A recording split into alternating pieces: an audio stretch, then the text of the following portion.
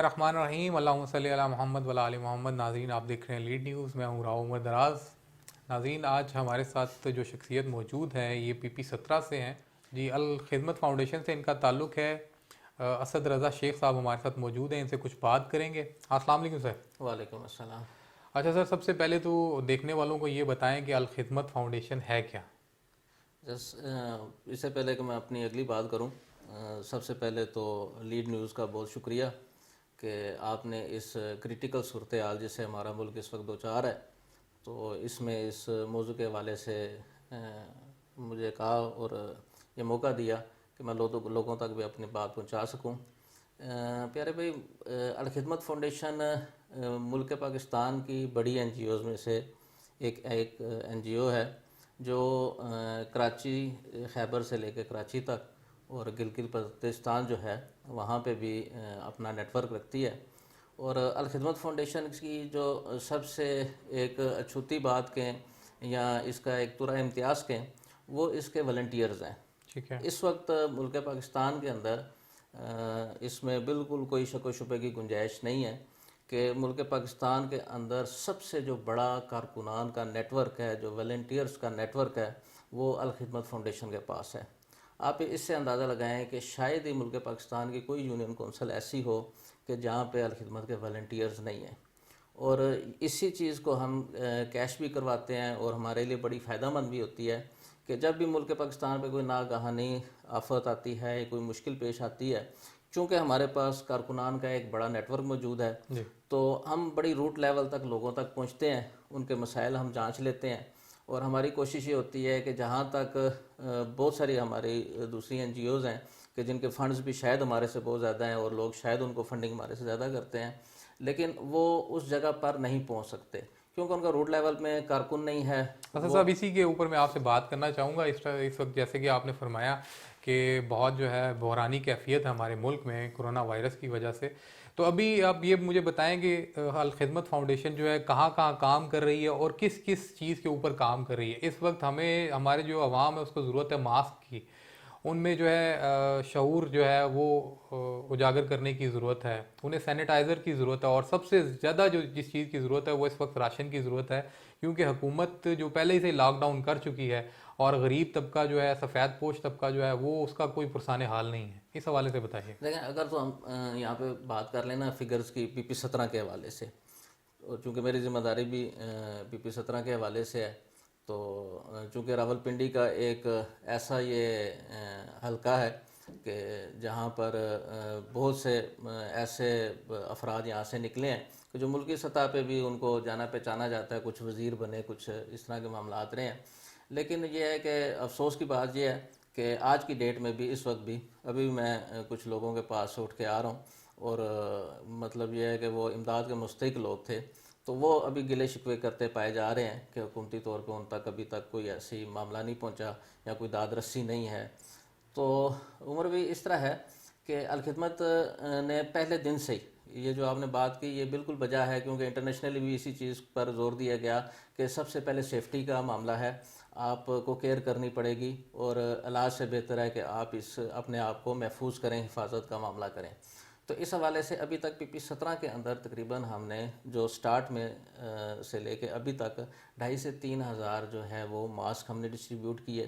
اس میں ہماری والنٹیئر جو ٹیمیں تھیں یونین کونسل کی سطح پہ، انہوں نے بازاروں میں، مارکیٹوں میں، گھروں میں بھی جا کے تو ماسک تقسیم کے، بلکہ ابھی ریسنٹلی جو کل کا معاملہ ہے، جب یہ آپ کے سامنے والا ایریا سروس روڈ وغیرہ سیل ہوا ہے، تو یہاں پہ بھی ہمارے کارکنان نے ماسک اور سینیٹائزر جو ہیں وہ تقسیم کیے ہیں۔ پہلا مرحلہ تو ہمارا بھی یہی تھا، کیونکہ ہمیں بھی یہی تھا کہ لوگ اپنی حفاظت کو یقینی بنائیں اور احتیاطی تدابیر اختیار کریں۔ اس کے حوالے اسد سے صاحب، مجھے یہ طریقہ کار آپ لوگوں کا ابھی تک سمجھ نہیں آیا، اور دیکھنے والے بھی آپ سے یہی سننا چاہتے ہوں گے کہ کیا طریقہ کار ہے آپ کے پاس کہ ایک سفید پوش اور ایک حقدار تک پہنچنے کا طریقہ کار کیا ہے، وہ عوام کو بتائیے۔ اچھا دیکھیں، میں نے وہ جو سٹارٹ میں آپ سے گزارش کی تھی نا نیٹ ورک کی، اب یہ ہمارے لیے سب سے زیادہ سود مند ہوتا ہے، کیونکہ اگر ہم PP 17 کی بات کریں تو شاید ہی PP 17 کا کوئی محلہ ایسا ہو، وارڈ ہو، ٹھیک ہے میں گلی کلیم نہیں کرتا ہوں کہ ہر گلی میں ہمارا کارکن موجود ہوگا، لیکن یہ میں ضرور کلیم کرتا ہوں کہ ہر محلے میں، ہر وارڈ میں ہمارے کارکن موجود ہیں۔ تو چونکہ جو روٹ لیول سے آپ اپنے محلے دار کی کنڈیشن بتا سکتے ہیں، اپنے ہمسائے کی کنڈیشن بتا سکتے ہیں، تو وہ دور بیٹھ کر آپ جج نہیں کر سکتے. تو ہمارا جو بیسک انفارمیشن کلیکٹ کرنے کا جو سسٹم ہے وہ یہیں سے سٹارٹ ہوتا ہے. یوسی جیسے بالکل یو سی سے، اور یو سی سے بھی نیچے وارڈز ہیں، 6 وارڈز ہیں. لاسٹ ٹائم بھی جو الیکشن ہوئے تھے ان میں بھی یو سی سے نیچے وارڈ میں، اور وارڈ کے اندر بھی کارکنان ہیں. وہاں سے ہم ڈیٹا کلیکشن کرتے ہیں، وہ پھر یو سی کی سطح پہ آتی ہے. یو سی کی سطح سے پھر وہ زون میں آتی ہے، جہاں پہ اس سارے ڈیٹے کو اکٹھا کر کے اس میں سے ڈبلنگ کا بعض اوقات عنصر آ جاتا ہے، اس کو دور کیا جاتا ہے، اور پھر اس کے بعد امداد کا عمل جو ہے اس کو آگے بڑھاتے ہیں. جیسے کہ اسد صاحب لوگ جانتے ہیں کہ الخدمت فاؤنڈیشن جو ہے یہ ایک تنظیم تو ہے ہی ہے، لیکن اس کو لیڈ جو ہے وہ جماعت اسلامی کر رہی ہے. جی بالکل ٹھیک صحیح ہے، بات ہے. تو آیا کہ آپ یہ جو آپ ڈیٹا اکٹھا کرتے ہیں یہ آپ اپنی جماعت کے لیول پہ اکٹھا کرتے ہیں، یا اس میں کوئی بھی شامل ہے، وہ چاہے پی ٹی آئی کا ہے، چاہے نون لیگ کا ہے، چاہے جماعت اسلامی کا ہے؟ اس کے بارے میں بتائیے. دیکھیں اس میں کوئی تفریق نہیں ہے، نہ تو کام کرنے کے حوالے سے ہمارے ہاں ایسی کوئی پابندی ہے کہ جماعت اسلامی کا ہی اگر بندہ ہوگا تو وہ الخدمت میں کام کر سکتا ہے. اس میں کوئی تفریق نہیں ہے، وہ خواہ پیپلز پارٹی کا ہو، پی ٹی آئی کا ہو، نون لیگ کا، کسی بھی سیاسی جماعت، ایون کسی مذہبی جماعت سے بھی تعلق ہے اس کا، تو اس کا ہمارے ہاں ایسا کوئی کنسیپٹ نہیں ہے. ہر انسان جو اللہ کی رضا کے لیے فلاح کا کام کرنا چاہے وہ ہماری سر آنکھوں پر وہ ہمارے ساتھ کام کر سکتا ہے، اس میں کوئی نہیں ہے. دوسری بات یہ ہے کہ نیچے لیول پہ بھی ہم لوگ صرف جماعت اسلامی کے کارکنان پہ اکتفا نہیں کرتے، اس کے لیے بھی ہمارے ساتھ بہت سے ایسے لوگ ہیں، شاید کچھ کا نام لینا مناسب نہ بھی ہو کیونکہ وہ سیاسی شخصیات ہیں، وہ میرے ساتھ رابطے میں رہتے ہیں، مجھے فون کرتے ہیں، بلکہ بہت سارا ڈیٹا بعض کا یہ ہوتا ہے کہ ہمارے نون لیگ کے اور پی ٹی آئی کے دوست بھی ہمیں پہنچاتے ہیں کہ جی یہ ہمارے پاس، یہ ہمارے قریب لوگ ہیں، یہ شیخ صاحب ان کا یہ ایشو چل رہا ہے، یہ معاملہ ہے، آپ ان کے متعلق بھی دیکھ لیں. پھر ہم الحمدللہ اس کو کرتے ہیں، کیونکہ دیکھیں ہم نے الخدمت کے شعبے کو اور جماعت اسلامی کو بالکل دو علیحدہ علیحدہ چیزیں ہیں. جماعت اسلامی ایک مکمل اسلامی سیاسی جماعت ہے، جبکہ الخدمت جو ہے وہ صرف خدمت کے حوالے سے ہے. اور اس میں ایک چیز میں آگے بڑھ کے یہ بھی کلیئر کر دوں کہ ناگہانی آفت، یا اس میں ہم مسلم اور غیر مسلم کی بھی تمیز نہیں رکھتے. اگر بھوک ہے تو اگر کوئی غیر مسلم ساتھی ہمارا پاکستانی کسی جگہ بھوکا ہے تو ہم اس کے لیے بھی اسی طرح راشن لے کے پہنچتے ہیں جس طرح ہم اپنے مسلم بھائی کے لیے پہنچتے ہیں. تو پارٹیاں تو بہت دور کی بات ہے. جی ناظرین، ہمارے ساتھ اسد رضا شیخ صاحب موجود ہیں، ملتے ہیں چھوٹی سی بریک کے بعد.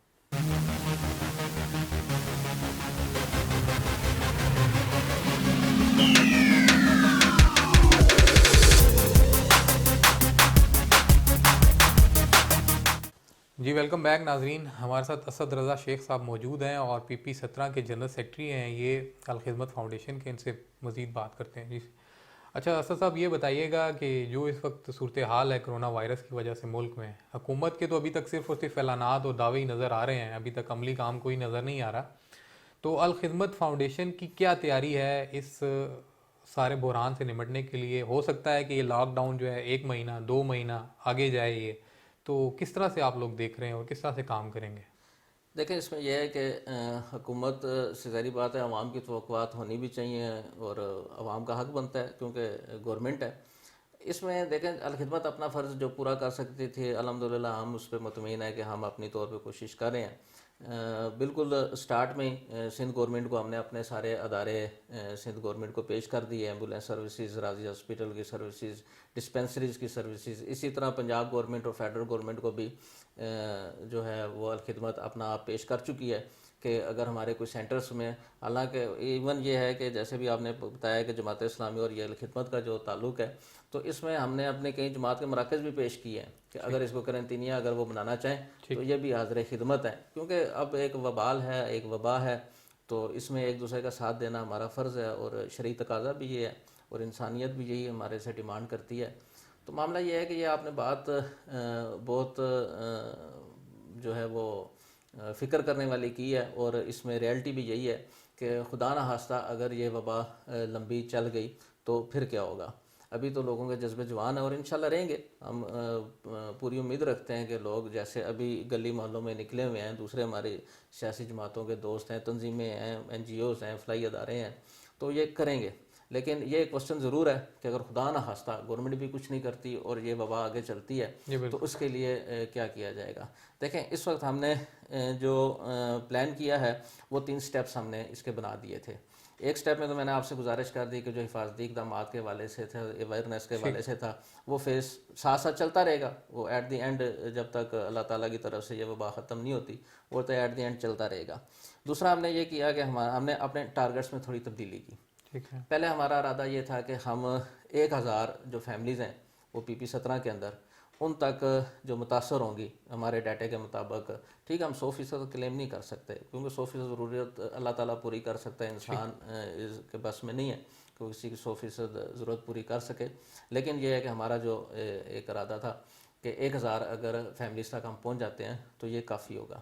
لیکن سچی بات یہ ہے کہ جو میں بھی دیکھ رہا ہوں اور جو رپورٹس آ رہی ہیں ہاسپٹل سے یا دوسرے ذمہ دار اداروں سے, وہ اس چیز کی کسی حد تک نشاندہی کر رہی ہیں کہ خدا نہ خواستہ یہ معاملہ آگے جا سکتا ہے. تو اس کا جو ہمارا اب ٹارگٹ ہم نے اس کو چینج کر دیا.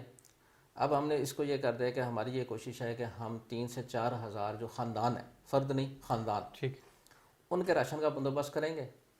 یہ جو پہلا فیز ہے ہمارا, اس میں تقریباً ہم 1500 سے 2000 یا 1500 اس کے راؤنڈ. آپ نے جیسے فرمایا کہ جی آپ 2000-1500 لوگوں کے لیے راشن کا بندوبست کریں گے, لیکن کون سا آپ کے پاس طریقہ کار ہوگا جس سے ان تک یہ مستحق لوگوں تک یہ راشن پہنچے گا؟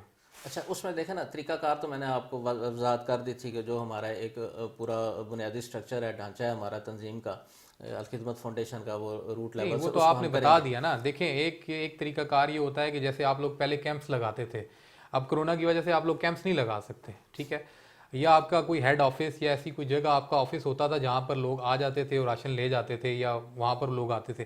لیکن اب اس وقت جو موجودہ صورتحال ہے یہاں پر تو لوگ آپ اکٹھا نہیں کر سکتے کسی بھی جگہ پہ. اب کیا طریقہ کار ہوگا؟ جی, یہ آپ نے اچھی نشاندہی کی ہے اور اس پہ کچھ جگہ پہ تنقید بھی ہو رہی ہے. جو تنظیمیں, فلاحی تنظیمیں یا سرکاری ادارے, وہ ایک سزوکی لے کے آتے ہیں اور اس کے گرد 150 بندہ اکٹھا کر لیتے ہیں, تو وہ ظاہری بات ہے حفاظتی اقدامات کے منافی عمل ہے. اور جس چیز سے ہم اپنے آپ کو محفوظ کرنا چاہ رہے ہیں تو اس سے ایک بڑے خطرے کا یا نقصان کا اندیشہ ہے. اسی میں ہم نے 2 باتیں ہمارے پیش نظر تھیں, ایک تو حفاظتی اقدامات اور دوسرا یہ تھا کہ عزت نفس کا معاملہ. اس میں ہم نے اس دفعہ یہ چینج کیا ہے کہ ہم لوگ جتنا ہمارے پاس ڈیٹا موجود ہے ہم ان کو گھر کی دہلیز پہ راشن دیں گے, اور اس کی کوئی تشہیر نہیں ہوگی, کسی سائل کی کوئی تصویر نہیں ہوگی کہ یہ بندہ ایک دے رہا ہے اور بیچارہ جو لینے والا اس کا شرم سے سر جھکا ہوا اور وہ سر اٹھانے کے قابل بھی نہیں ہے, اور اگر خدا نہ خواستہ اس نے سر اٹھا بھی لیا ہے تو اگلے دن سارے محلے میں مشہور ہو جائے گا کہ جی یہ زکوٰۃ اور صدقے کے پیسے لے کے یا مدد کے پیسے لے کے تو یہ اپنا گزارا کر رہے ہیں. ہم اس بندے کو پہلے فون کریں گے, اسے رابطہ کریں گے, پھر اس کے گھر جائیں گے, اور یہ بھی نہیں ہے کہ 10-10 12-12 لوگ جائیں گے. ہم نے اپنی ٹیم کے اندر طے کیا ہے ایک فرد جو نشاندہی کرنے والا ہے کہ جی یہ گھر ہے, جس نے دیکھا نا, میں لے کے بھی تو کسی نے جانا نا, ایک فرد وہ ہوگا, ایک ہمارا مقامی جو UC کا ذمہ دار ہوگا, اور ایک زون کا ذمہ دار ہوگا. یہ 3 افراد ہوں گے, یہ جائیں گے اس کے گھر, اس کے دروازے کے سامنے اگر گاڑی جا سکتے ہے تو گاڑی کھڑی, اور پرائیویٹ کار سوزوکی میں ہم اوپن ڈالے میں سامان لے کے نہیں نکلیں گے کہ لوگوں کو نظر آ جائے جی آج یہ سامان جا رہا ہے. میں اپنی پرائیویٹ کار میں نے اس کے لیے مختص کی ہے, ٹھیک ہے جی. ہم پرائیویٹ کار میں جائیں گے اور پرائیویٹ طریقے سے جیسے کہ مہمان کسی کے گھر جاتا ہے اس طرح اس کو وہ راشن دے کے, تو انشاءاللہ ہم اس طرح ہمارا ارادہ ہے, اور امید ہے کہ اچھا ارادہ اللہ تعالیٰ میں کامیاب بھی کرے گا. اچھا, لاسٹ میں اسد صاحب میں آپ سے ایک اور چیز پوچھنا چاہوں گا کہ لوگ آپ کے اوپر ٹرسٹ کر کے اپنے ڈونیشنز آپ لوگوں کو دیتے ہیں, آپ کا وہ کون سا سیف طریقہ کار ہے جس کی وجہ سے لوگ آپ کے اوپر ٹرسٹ کرتے ہیں اور آپ لوگوں کو ڈونیشنز دیتے ہیں؟ اچھا, اس میں دیکھیں ایک میں آپ کو بات بتاؤں, آپ ویل اویئر ہوں گے اس معاملے سے کہ یہ بھی ایک الخدمت کا آپ نے بات کر دی تو ترائے امتیاز ہے کہ ہمارے یہاں پہ بہت سی NGOs کوئی 70-30 پہ بزنس کر رہی ہے, کام کر رہی ہے, کوئی 40-60 پہ کر رہی ہے. اگر بڑا بھی کوئی باٹم ریٹ ہے تو وہ 80 اور 100 کا ہے, بس وہ 80-20 کا ہے. اس میں یہ 20-30 یہ جو میں آپ کو بتا رہا ہوں یہ وہ اپنے پرسنل ایکسپینس کاٹ لیتے ہیں. یہ جو اگر لیٹ سپوز کسی بندے نے آپ کو 1000 روپیہ دیا تو اس میں سے وہ جو متعلقہ جو NGO ہے وہ اس میں سے 200 روپیہ کاٹ لیتی ہے 20% کے نام پہ اپنے ذاتی اخراجات کی مد میں. ہمارے یہاں پہ کیا ہے, ہمارے یہاں پہ سارے والنٹیئرز ہیں, پیڈ امپلائیز نہیں ہیں. میں پچھلے تقریباً 2 سال سے الخدمت کی ذمہ داریاں مستقل طور پہ کر رہا ہوں، تو میں تنخواہ دار نہیں ہوں، میں الخدمت سے 1 روپیہ نہیں لیتا. میرے جو بچے پل رہے ہیں وہ میری اپنی ذاتی بزنس پہ ذاتی کمائی پہ پلتے ہیں. اسی طرح جو آپ کے روٹ لیول سے نیچے تک لوگ ہیں، اور ایون شہر کی سطح پہ بھی لوگ ہیں جو صوبے کی سطح پہ ذمہ دار ہیں، وہ بھی کوئی بھی ان میں سے تنخواہ دار نہیں ہے. ہم لوگ جہاں تک ہو سکے اپنے وسائل استعمال کرتے ہیں.